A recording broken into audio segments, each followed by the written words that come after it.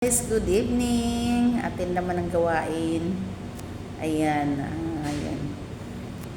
Sa panahon ngayon, lalong-lalo na sa panahon ngayon ay walang bukang-bibig ang taong marinig natin na hirap. Maraming problema, gutom na daw, kasi mahal na daw lahat. At kung ganyan man ang ating mga iniisip or mindset, lalong mas kumapit at lumapit tayo sa Panginoon. Diba? Dahil ang imposible sa tao ay walang imposible sa Panginoon. Yan. Gaano man ang sitwasyon natin ngayon na huwag tayong ma-stress.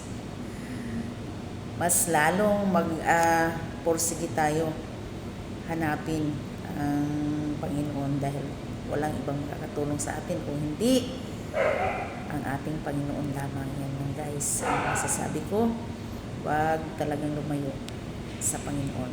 Yan lang, maraming salamat. Good evening and God bless guys.